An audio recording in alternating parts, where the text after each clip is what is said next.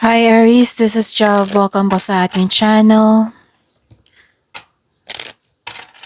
Gamitin ang reading na ito bilang gabay lamang. Kung naka-resonate kayo, comment down. Kung hindi kayo naka-resonate, ibigay niyo po sa iba. Kasadya na reading po ito. This is for you, Aries.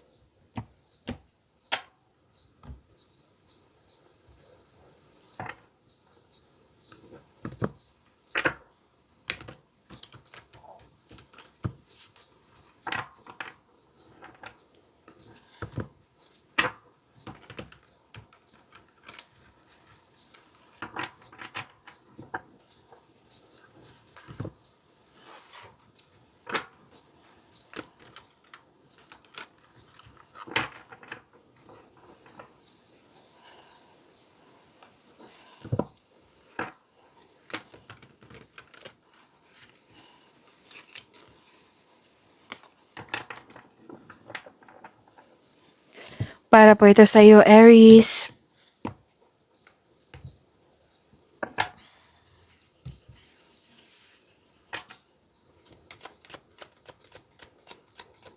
Maraming salamat po sa inyong patuloy na suporta at maraming salamat din po sa mga hindi nag-skip ng ads.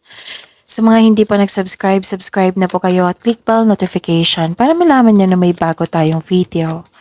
Para sa mga gustong magpa-reading, comment po kayo ng personal reading. Again, comment kayo ng personal reading and check my reply sa comment section.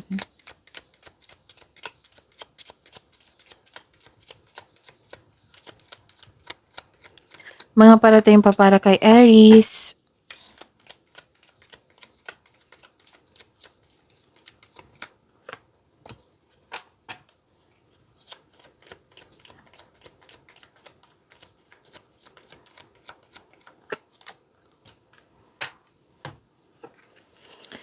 Aries. Okay. Okay. Nakita ko dito na nagkaroon po ng pagbabago. May pagbabago dito na tapos pagbabago na. Ending with new beginning. Pwedeng separation, umalis, tumiwalag. Pwedeng freedom din to.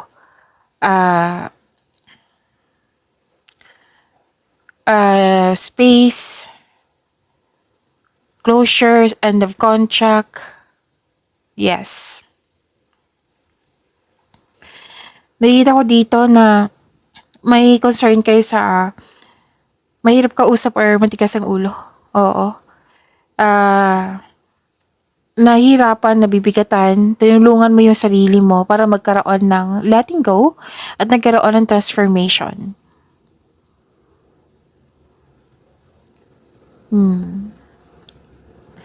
Nakita ko rin dito na pwede nag-aaral kayo ngayon, nag-aaral po.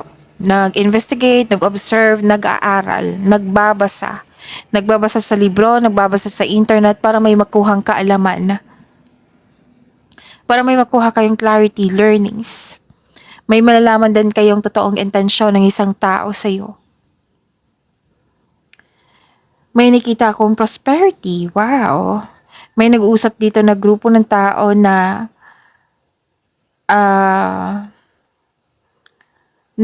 nag-uusap regarding sa domestic matters. Nag-uusap regarding sa property.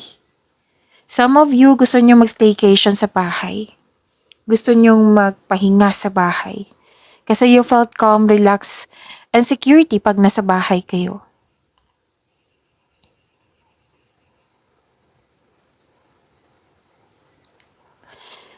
Okay. Some of you, home-based yung trabaho.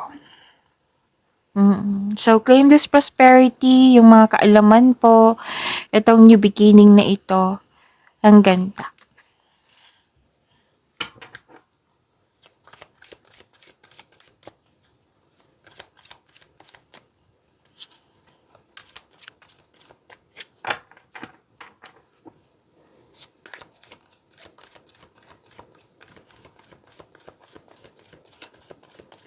Energy po ni Aries.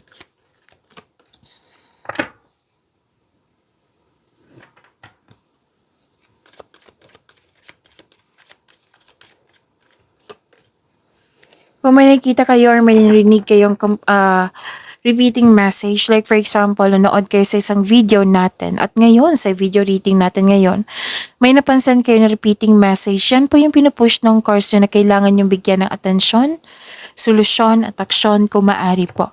So, ano yung energy ni Aries?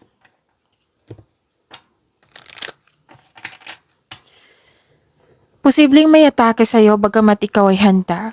Posible din may hamon or delay. Pwede din yung sabi ko kanina sa oracle cards nyo na may concern kayo sa mahirap kausap or mataas ang ego na kailangan nyo ng mahabang pasensya. Nakaramdam ka ng pagod, gusto mong sumuko, gusto mong mapahinga. So sabi ng card dito, move forward, tapusin mo yung mga nag-aantay na gawain. Kasi most likely gawain to eh. Kailangan ng adjustment. Huwag kayong sumuko. Tapusin mo yung mga gawain nyo.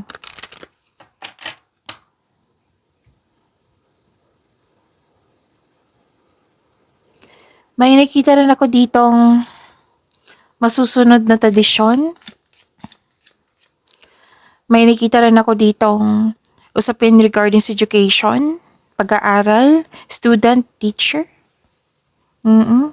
You receive divine message, wisdom message. You're showing your kindness to everyone. May nasunod na tradisyon. Like if for example, yung tradisyon ng Pinoy, di ba, may pamanikan, kasal, para din mag-take ka ng board exam or masteral para masunod yung traditional career path or moving up to the ladder of success. Any kind of tradition, masusunod po.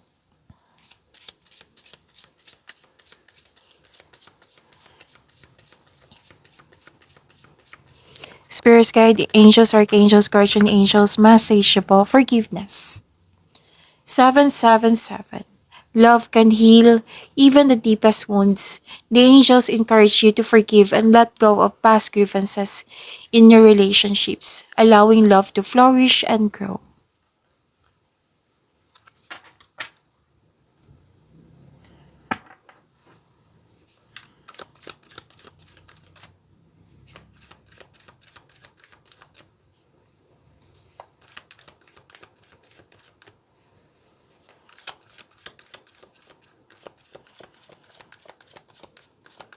Career and money po ni Aries.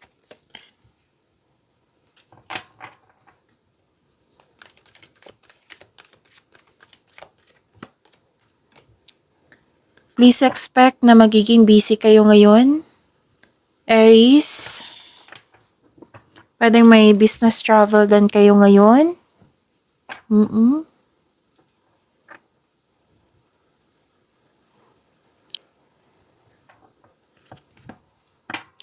Hard work at productivity, nakikita ko dito. Transition, nakikita ko rin dito. Hard work at dedikasyon sa trabaho o negosyo for financial prosperity. Patuloy mo lang magsumikap po.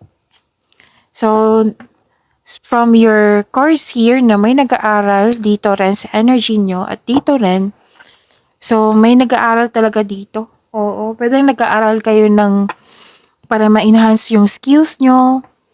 Nag-aaral or nagre-review, ma-enhance yung skills nyo or bagong skills nyo para ma-increase yung income. Gumagawa ka ng passive income. So, what you have been studying or practicing, it will lead you to abundance po. Trust that you can do anything, basta set kayo ng clear intention para ma-achieve mo yung success na gusto mo.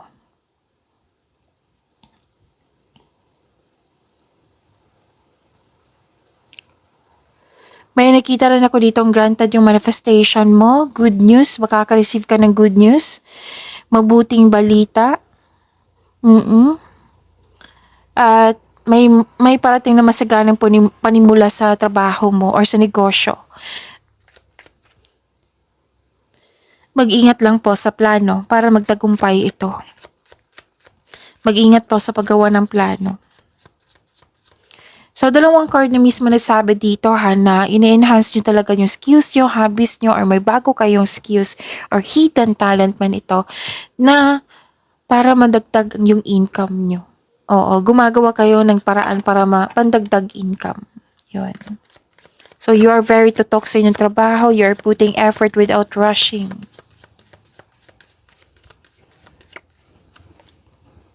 Wow. You're divinely guided, guardian angel. Somehow your power protects you from difficulties and misfortunes. Trust your guardian angels. Wow, ang ganda naman.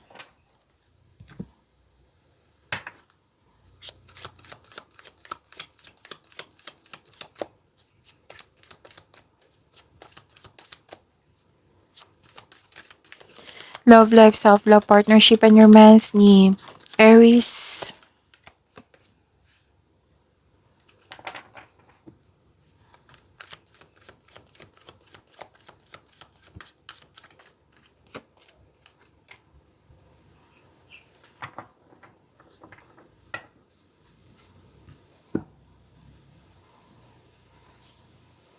Sa love life niyo po, nakikita ko dito na may deception.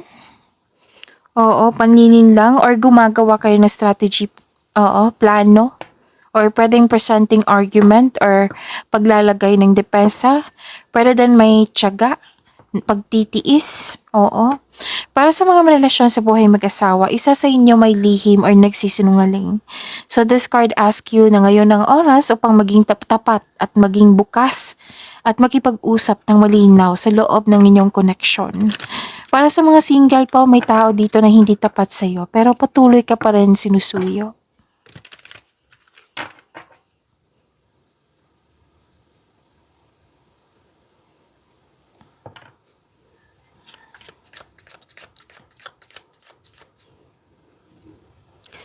Okay, makaka-receive kayo ng regalo or tulong.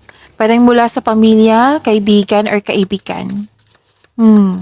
Ayun lang sa inyo, nag-donate sa charity, pwede din nagbigay ng pre-loves clothes or gamit sa bahay. So, magkakaroon ng harmony, pagkakaisa po, and generosity.